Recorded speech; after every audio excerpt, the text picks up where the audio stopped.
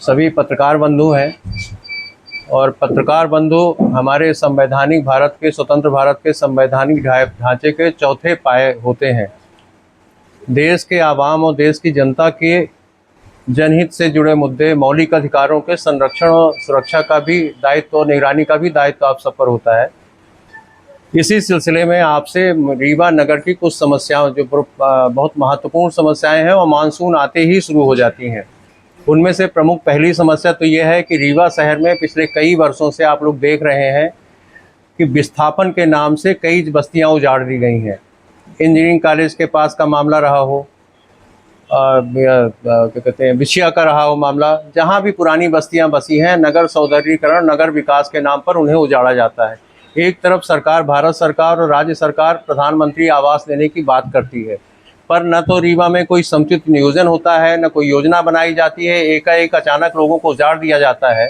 जब देश के प्रधानमंत्री भारत के सभी नागरिकों को, और देश के भारत के प्रधानमंत्री ही कहते हैं कि 80 करोड़ आबादी बिलो पॉवर्टी लाइन, गरीबी रेखा से भारत में नीचे जीवन यापन कर रही है, तो जो लोग किसी तरह से जीवन यापन कर रहे हैं, निर्वाह कर रहे हैं, सड़क के किनारे, सरकारी भूमियों में कहीं भी अपना आवास बना के, छाया बना के, और वो सरकार की मदद से नहीं, मजदूरी करके किसी तरह से प्लास्टिक पन्नी लगा के गुजारा करते हैं। आप उनका विधिवत सर्वे करके, उनके लिए चिन्हित करके प्रधानमंत्री आवास आवंटित करने के बाद उनका विस्थापन क्यों नहीं करते?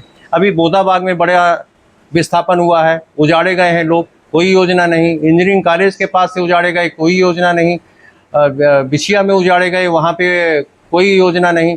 तो इस तरह से रीवा शहर के चारों तरफ, जहाँ पे एक नई संस्कृति भारत में चल पड़ी है, बुलडोजर संस्कृति। जो एक रोलर एक्ट आया था गुलाम भारत में, नो दलील, नो अपील, नो वकील वाला, किसी की सुनवाई नहीं, कोई अपील नहीं, कोई सुनने वाला नहीं, कोई न्याय देने वाला नहीं। जहां आया बुलडोजर खड़ा कर दिया, उजाड़ दिया। वही कल्चर रीवा में भी चल पड़ा है।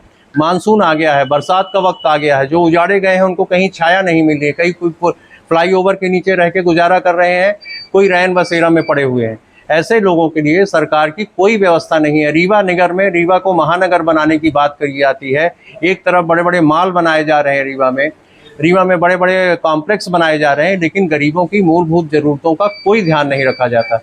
तो पहली ज़रूरत तो ये है और आवश्यकता है, और आप लोगों के माध्यम से देश की राज्य सरकार और केंद्र सरकार से हम मांग करते हैं कि जिन्हें उजाड़ा गया है, जिनके उजाड़े जाने की संभावना है, जिनको आपने चिन्हित कर रखा है, अभी यहाँ पे एक रसिया मोहल्ला है, उसको बहुत निकट भविष्य में उजाड़ दिया जाना है। इंजीनियरिंग कॉलेज उजाड़ दिया गया, रानी तालाब उजाड़ दिया गया, ये बोदाबाग उजाड़ दिया गया, लेकिन इनके पुनर्वास की कोई व्यवस्था नहीं हुई। तो पहले सरकार से आप लोगों के माध्यम से ये अपील है और ये मांग है कि पहले सर्वेक्षण कराइए, प्रधानमंत्री आवास में प्राथमिकता क्या, जब तक आपके पास आवास उपलब्ध नहीं है किसी को उजाड़ने का काम न करिए। और इसी के लिए अगले 8 तारीख को हम लोग कमिश्नर महोदय का, जो नए कमिश्नर साहब आए हैं, उनके कार्यालय में मांग करेंगे और सभी विस्थापित जनों के साथ कार्यालय का घेराव करेंगे 8 तारीख को। पहली समस्या तो ये है। और दूसरी समस्या ये है कि रीवा एक बड़ा तालाब बना दिया गया है। आपने 97 की बाढ़ देखी, रीवा के चारों तरफ बाईपास बना दी गई है, रिंग रोड बना दी गई है, रीवा एक तालाब में परिवर्तित हो गया। अमैया जैसा मोहल्ला, जहाँ पे केंद्र सरकार के मंत्री, राज्य सरकार के कमीना के लोग रहते हैं, पहले विधानसभा अध्यक्ष जी रहते थे, आज कैबिनेट के मंत्री रहते हैं, अमैया डूब जाता है। रीवा के सभी मोहल्ले डूब रहे हैं। आपने देखा होगा, आप लोग भी यहाँ के नागरिक हैं, नेहरू नगर जैसी कॉलोनी डूब रही है। आपने यहाँ पे मॉडल रोड बनाई है, मॉडल रोड के जो शहर की जल निकासी का काम था, बीहर नदी में पानी जाता था शहर का, आपने मॉडल रोड की जो नाली बनाई है किनारे में, आपने कभी उसका जमीन का लेवल नहीं देखा। जो उसकी नाली की, मॉडल रोड के दोनों किनारे की नाली की सतह है, वो ग्राउंड लेवल से 2 फुट ऊपर है, कैसे पानी जाएगा? आपने जो बिछिया वाली रोड बनाई है, गोविंदगढ़ रोड बनाई है, नई रोड बनी है, उसकी जो रोड नाली बनी है रोड के किनारे, वो वहाँ के, आप लोग अगर गोविंदगढ़ गए होंगे तो देखा होगा, सतह से 2 मीटर 2 फुट 3 फुट ऊपर है। वहाँ तालाब बना दिया। शहर के अंदर की यही स्थिति है।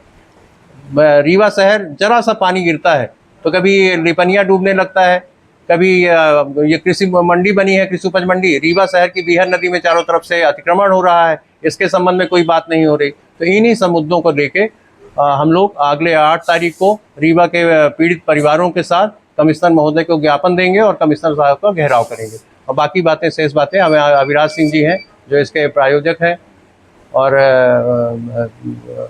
प्रवर्तक हैं, और अविराज जी आपको जानकारी देंगे विशेष। अभय वर्मा।